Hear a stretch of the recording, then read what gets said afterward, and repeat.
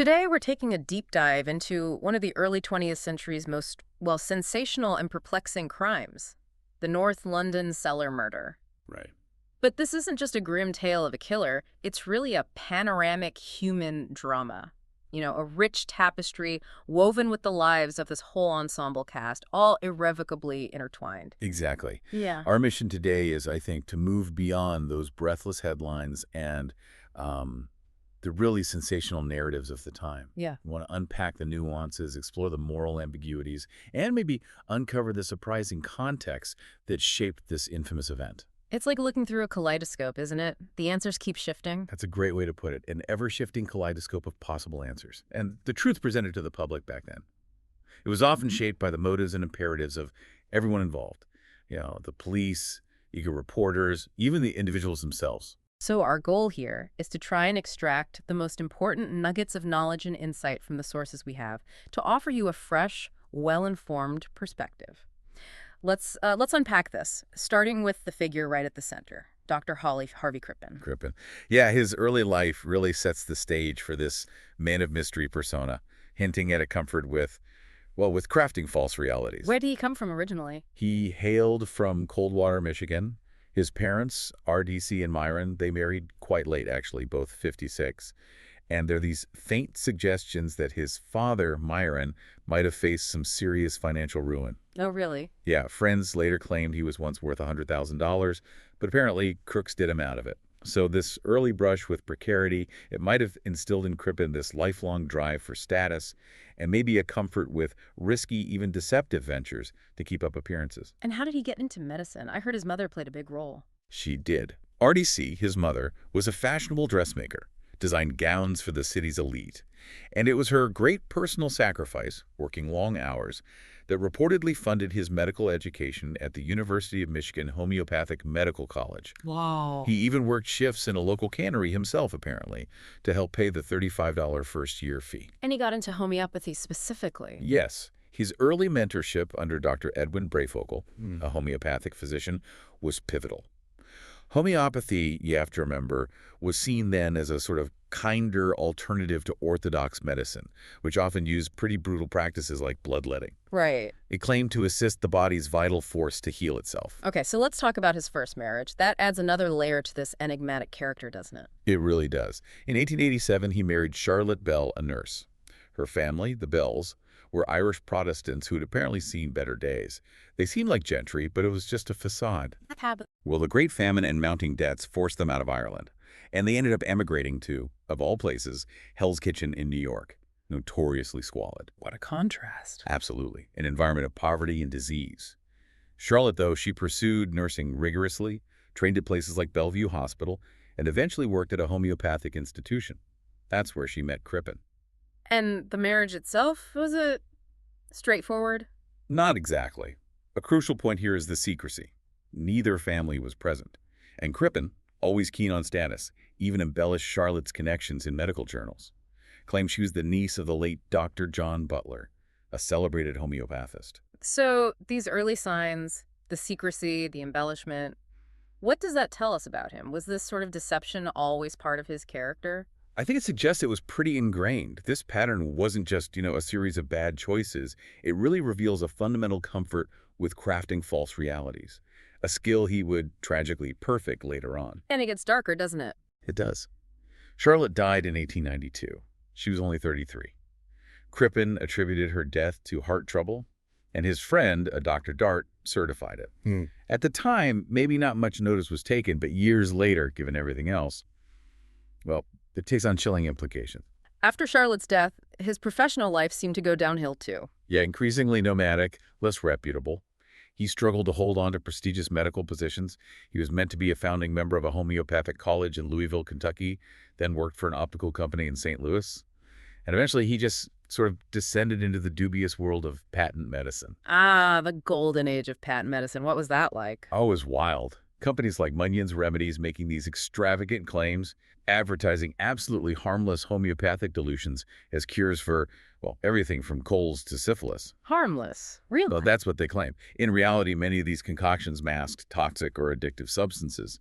Munyon himself apparently strong-armed newspapers, threatening to pull his ads if they printed anything negative. So Crippen got drawn into that world. He did. Drawn by Munyon's apparent magnetism and wealth, he basically abandoned any pretense of professional credibility, stopped publishing in medical journals, joined Munyon's London branch, became assistant manager. His peers definitely saw it as a betrayal of true homeopathic principles. And it didn't stop with Munyons. No. Later, he got involved with the Drouet Institute, described pretty bluntly as a gang of quacks selling fake cures for deafness, pouring money into false advertising. He seems to have associated with some pretty shady characters. Absolutely. He partnered with other petty rat swindlers like Edward Marr and William E. Scott. They ran scams like this notorious 1,000 bicycles to give away for 2s and 6pence entry fee contest. Basically a lottery, people paid the fee, the bikes never appeared, defrauded 18,000 people. Unbelievable. And then there was F. Sinclair Kennedy, a genuinely menacing figure who'd actually done time for defrauding unmarried women, used coercion, involved in dodgy dental practices. This whole trajectory just paints a picture of Crippen's increasing comfort with deception and fraud. And he often involved his wives or mistresses in these schemes too. It's a stark contrast to the respectable doctor image, isn't it? Operating in these morally ambiguous fringes. It really is, and it's a critical piece for understanding his character later on. Okay, let's shift gears slightly. Let's talk about the woman who became his second wife, the vivacious Belle Elmore. Her life was just as complex, starting with a secret identity. Yes, she wasn't born Belle Elmore. She was Kunigunda Makamotsky, grew up in Williamsburg, Brooklyn, a diverse German-speaking community. And her marriage to Crippen. Also secret. Happened in 1892, just 2 days before her 19th birthday. Mears's first wedding, really no family knowledge.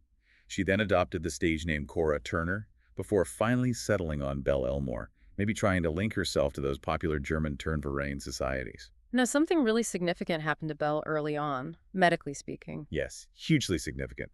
At age 21, she underwent an ovariotomy, the surgical removal of her ovaries. Which meant It immediately induced surgical menopause, a sudden, drastic change that rendered her infertile. You can only imagine the physical and psychological suffering. Hot flashes, depression, a deep loss of identity in an era where a woman's primary function was seen as reproduction. that must have been incredibly difficult. Absolutely. The sources show her lamenting her situation, acknowledging her loneliness. She even wrote to her sister, "There is only one way to have a complete home, and that is to have a little child in it." It highlights this lifelong sorrow she had for, as she put it, empty rooms.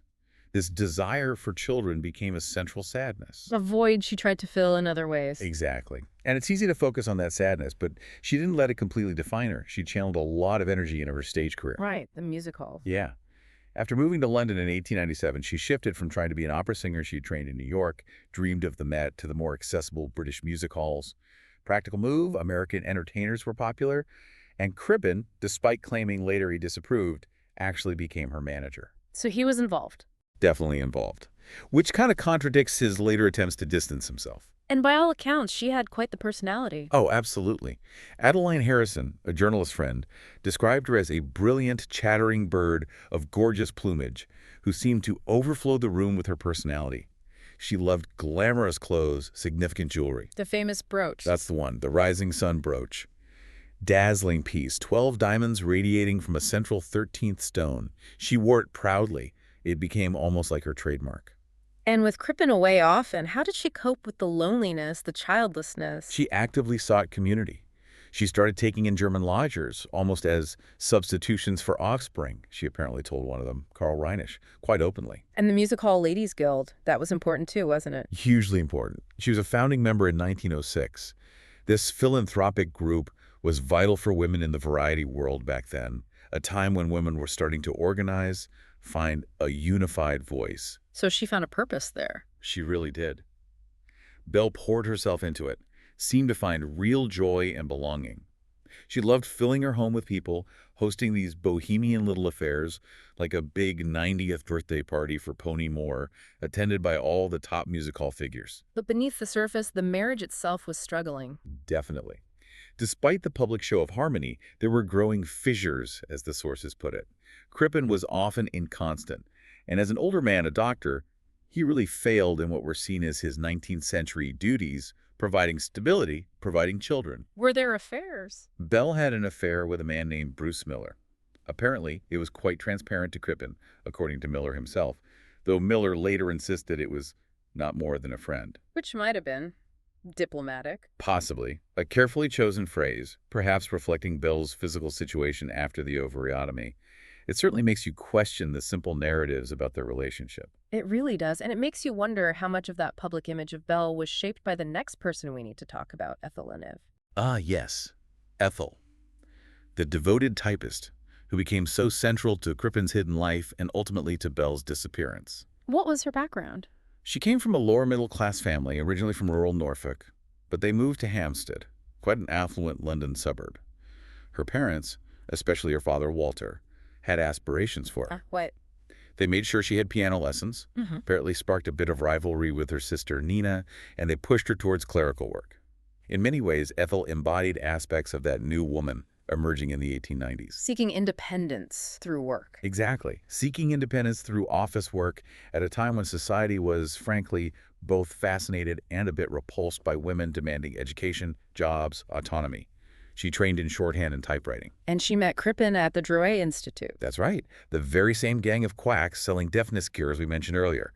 She was working there as a typist. Their relationship developed quickly into an affair. Ethel became deeply devoted to him, truly believed his promises of marriage. But that devotion had consequences for her personally. Huge consequences. Right. In 1908, Ethel became pregnant and had a miscarriage at 4 months.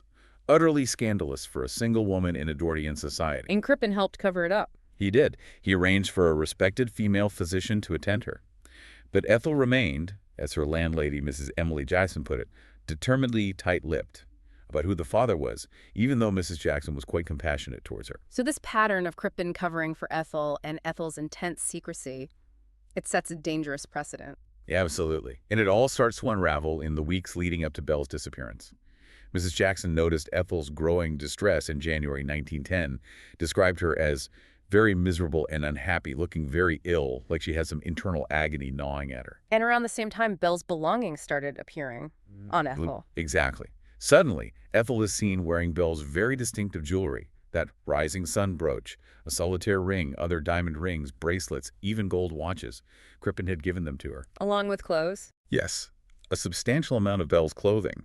Ethel even took them to her dressmaker, a Mrs. Elsmore, to have them meticulously altered to fit her smaller frame, and she gave many of these items away as gifts to friends and family.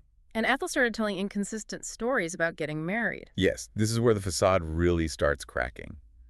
These inconsistencies are early examples of how the truth about Belle's disappearance began to shift long before the police got involved. She told Mrs. Elsmore she was getting married in 6 weeks. Then she told her friend Lydia Rose she'd been quietly married last Saturday at St. Pancras Register Office. Did her family believe her? Her parents were angry and suspicious. To appease her furious father, Walter, she finally revealed that Belle Elmore was dead. But she added this really strange detail that a friend of Crippen's had come from America specifically to report her death. Very specific, very odd. Extremely odd. It all culminates on January 31st, 1910, that fateful dinner party at 39 Hilldrop Crescent with the Martinettis. Paul Martinetti got sick? Yes. Suddenly, unexplainedly ill. And Belle was apparently quite insistent he drank brandy, which seemed unusual. Then, the very next day, Belle's resignation letter arrives at the Music Hall Ladies Guild. Hasty, claiming, "Illness of a near relative has called me to America on only a few hours' notice." And that was the last time anyone saw her alive. That was it. The suddenness, the shifting stories around her departure, it immediately raised red flags for her friends. So the net starts closing in. Belle's friends, especially those MHLG members like Claire Martinetti, Louise Smithson, John and Lillian Nash, they weren't buying it. Not at all. They kept pushing Crippen for answers. Where was Belle? Why did she leave so suddenly? And Crippen's answers weren't convincing. Far from it. His stories were vague, contradictory. First, Belle was in Los Angeles. Then suddenly it was some little town in San Francisco. He claimed she only took one basket of clothes. Which, for Belle Elmore, known for her love of fashion and jewelry. Exactly. It struck her friends as completely improbable. His evasiveness, the inconsistencies, it just fueled their suspicions. Their persistence was absolutely crucial in bringing the police into it. This is where that public perception of truth really starts getting challenged. So John Nash finally goes to the police. Yes. On July 8th, 1910, he meets with Chief Inspector Walter Dew. The official investigation begins. How did Crippen react initially? He tried to stay calm, collected, but it didn't last. When pressed by the Nashes, he apparently broke down, even started sobbing. He tried to stick to a prearranged cover story with Ethel, but her statements were all over the place. She couldn't remember if Crippen had gone into mourning or if Belle was supposed to be coming back. Their fabricated story quickly fell apart. And Dew begins searching the house. Methodically. He described having this haunting sense that something was wrong. Then came the dramatic moment in the coal cellar. He was prodding the floor with a poker, and it just sank into the dirt. And the discovery. Gruesome. Shocking for Edwardian society. Belle's remains headless, boneless, preserved in quicklime. Only a piece of skin with a scar, some pubic hair, and her internal organs were left relatively intact. And they found something else. Under Crippen's bed, matching flannelette pajama bottoms. The dismemberment was meticulous, clearly intended to, quote, eradicate any trace of Belle Elmore. People at the time called it bestial, subhuman, profanely evil, utterly unthinkable for a supposedly civilized, educated man like Crippen. The level of calculation is chilling. It really is. It speaks volumes about the extreme measures taken to literally erase her. Faced with this, Crippen decides to run. He panicked, convinced Ethel her reputation would be ruined if she stayed. He told her basically, there seems to be only one thing possible to do, and that is to get away. And the escape itself. Quite something. Ethel's disguise. Oh, the disguise. Against her initial protests, she donned this, well, ridiculous but ultimately effective disguise as a boy. George Robinson. Boy's clothes, a drastic haircut. Crippen cut her hair. He gave her the initial cut himself. Then she went to a barber in Rotterdam. Apparently 2 Dutch girls there admired her, exclaiming, "Oh, the pretty English boy." The sheer audacity and the bizarre humor in that moment, given what they were fleeing. Absolutely surreal. And Crippen himself seemed to treat it almost like a merry joke, an adventure. Ethel, despite her initial nerves, played along. They went from London through Harwich and got on the Montrose steamship heading for Canada. Hard to reconcile that attitude with the crime. Very hard. But their adventure didn't last long. Captain Kendall on the Montrose got suspicious. He did. Captain Henry Kendall. He noticed inconsistencies. Crippen kept slipping up, forgetting his fake name when someone called him Mr. Robinson, confirming details about his old medical jobs in conversation. Little things. And this leads to a historical first. It does. Captain Kendall used the relatively new technology of wireless telegraphy, sent an urgent message to Scotland Yard. Have strong suspicions that Crippen London's cellar murderer and accomplice are among saloon passengers. Scotland Yard eluded Chief Inspector Dew, who then boarded a faster liner, the Laurentic, to intercept them. So Dew chases them across the Atlantic. Exactly. Imagine the scene. Dew arrives in Quebec ahead of them, disguises himself as a pilot, boards the Montrose as it comes up the St. Lawrence River. And makes the arrest. A dramatic arrest. Captured the world's attention. The first time wireless telegraphy was ever used to catch murderers on the run. A huge moment for law enforcement, changing fugitive pursuits forever. And this capture just fuels the public fascination leading into the trials. Oh, absolutely. The trials became an immense public spectacle. Bow Street Magistrates Court, then the Old Bailey, almost like reality TV today. Huge crowds. Huge. Gathering from 6 a.m., journalists fighting for space. Famous people attended. Sir Arthur Conan Doyle, W.S. Gilbert. Over 4,000 people apparently applied for just 700 seats in the courtroom. So the trial itself, what was the key evidence against Crippen? It really hinged on the forensic evidence and the motive. Dr. William Wilcox, the senior scientific analyst for the Home Office, found traces of hyoscine hydrobromide in Belle's remains. A lethal dose. Hyoscine, like scopolamine. Exactly. And crucially, the prosecution meticulously traced Crippen's purchase of 5 grains of that specific poison just weeks before Belle disappeared. Bought it from a chemist near his office. And the motive? Presented as twofold. Financial Belle had about 600 pounds in savings and property, and, of course, romantic. His overwhelming desire to get rid of Belle so he could marry Ethel. How did Crippen defend himself? His testimony was evasive, frankly full of perjury. He stubbornly refused to even say Belle's name, referring to her only as the woman. That's chilling. Isn't it? He offered no real explanations for his lies, claimed he knew nothing about the remains in his own cellar, said he'd never even inquired about Belle after she supposedly left. It was like a final attempt to control the narrative, strip her of identity even in death. Echoing how her life story kept being reshaped. Precisely. The jury didn't buy it. They came back with a guilty verdict in just 27 minutes. Swift. Now, Ethel had a separate trial. Yes, for complicity. Her defense barrister was F.E. Smith, a very shrewd lawyer, future Lord Chancellor, but also an ardent opponent of women's rights. How did he defend her? He skillfully portrayed her as virtue in peril, painted her as this gentle, retiring, sympathetic girl who was just an unwitting pawn in Crippen's game. It played right into Edwardian biases and anxieties about the new woman. Even though she had Belle's jewelry and clothes? Even then, and despite her own inconsistent stories. But Ethel remained fiercely loyal to Crippen. She refused to turn King's evidence against him, famously proclaimed, "I loved him deeply, and I still love him." And that loyalty helped acquit her. It certainly contributed. The jury acquitted her. She walked free, but her life was obviously changed forever, haunted by it all. There was also a legal battle over Belle's estate. Yes, a significant consequence. The Music Hall Ladies Guild, particularly Belle's sister, Teresa Hunn, fought tooth and nail to stop Ethel inheriting Belle's assets. And they succeeded. They did. It set a legal precedent, a landmark case establishing that a convicted felon had no right to receive any benefit from his own felonious act. Belle's property, valued around 175 times, went to her sister instead. What happened to Ethel later in life?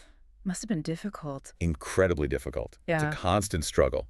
She tried selling her story, lived briefly in Canada, suffered a severe nervous breakdown when she came back to England, lifelong paranoia, constantly changing her identity, Ethel Harvey, Ethel Smith, trying to avoid recognition. Did she ever find some normalcy? She eventually married a man named Stanley Smith, who apparently bore an uncanny resemblance to Crippen, strangely enough, and became a mother. Did she tell her family about her past? She kept it mostly secret, but sometimes revealed these tantalizing fragments to her children. Stories about train journeys across Canada, being at sea in a storm, hints of her past life. But she craved anonymity. Desperately. Yet, occasionally, she'd give these reckless interviews for money, like a series in 1928 with posed photos. It showed that the Ethel Leneve persona, the public figure, still squirmed and kicked inside her, despite everything. The public narrative just wouldn't let her go. And that public narrative, the way the Crippen case became this cultural legend, it was heavily shaped by certain accounts, wasn't it? Particularly regarding Belle. Oh, hugely. Authors like Philson Young, in his really influential 1920 book, The Trial of Harvey Crippen, painted Belle Elmore as this, well, extravagant, shrewish, overblown caricature, basically a monster who merited her fate. Justifying Crippen's actions. Essentially, yes. Okay. Framing his murder of her as somehow an honorable act done out of love for Ethel. It's pure misogyny. And that framing tapped into broader societal anxieties. Absolutely. It tapped right into the anxieties about the rise of the new woman. Remember, after 1920, women were gaining rights to vote, sitting on juries, entering professions. Belle, the independent, perhaps demanding performer, became a target. Authors like Dorothy L. Sayers, Ursula Bloom, they joined in, describing Belle as hysterical and blousy. Casting her as a threat. Exactly. The narrative often positioned her as the vagina dentata, this mythological concept symbolizing a fear of female power and sexuality. He demonized her, while Ethel was presented as the perfect foil. Quiet, ladylike, unassuming, obedient. It's a stark reminder of how societal biases can completely distort the truth of a person's life and death. Finally, let's touch on the lingering scientific questions.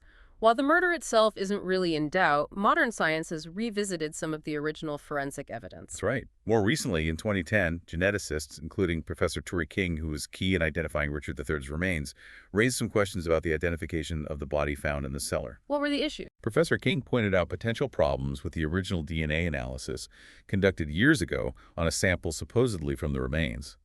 Things like using formaldehyde-fixed tissue, which can cause contamination issues, and concerns about the specific PCR and Y chromosome tests used back then. So the methods weren't as reliable. They were groundbreaking for their time, but potentially less precise or prone to misinterpretation compared to today's techniques, especially with degraded samples.